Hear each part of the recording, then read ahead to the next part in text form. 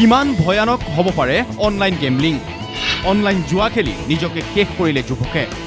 Aviator এপৰ বাবে সৰ্বশান্ত হৈ কঠোৰ সিদ্ধান্ত যুৱকৰ। যুৱকজন শিলচৰ কাঠিগড়াৰ বিশ্বজিৎ মালাকাৰ। এবছৰ পূৰ্বেই যুৱকজন অনলাইন গেম আৰু অনলাইন জুৱাৰ প্ৰতি আকৰ্ষিত হৈছিল। ধন বিনিয়োগ কৰি প্ৰথমে লাভ কৰিছিল বিশ্বজিৎ। অধিক আকৰ্ষিত হৈ পৰিছিল বিশ্বজিৎ। হাজাৰৰ পাছত লাখ টকালৈ লগাইছিল জুৱাত। ধাৰাবাহিক লোকচান।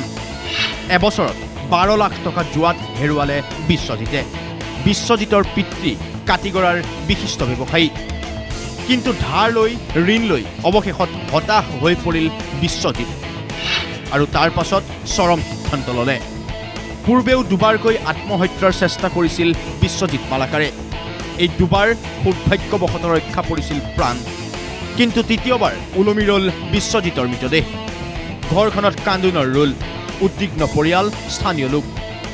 অনলাইন জুৱাৰ বিৰুদ্ধে চৰকাৰে ল'ব পাৰিবনে ব্যৱস্থা?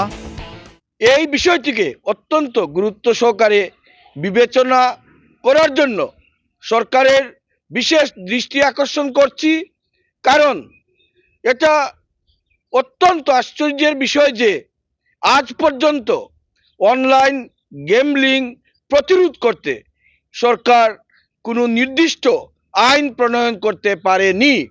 চৰকাৰে জুৱাৰ বিৰুদ্ধে অভিযান চলায়। চৰকাৰে লটাৰীৰ নিষিদ্ধ কৰিছে। কিন্তু অনলাইন জুৱা এতিয়াও বহুতৰ জীৱনৰ বাবে হৈ পৰিছে কাল। শিলচৰৰ পৰা আহাদুল আহমেদৰ ৰিপৰ্ট, NKTV+।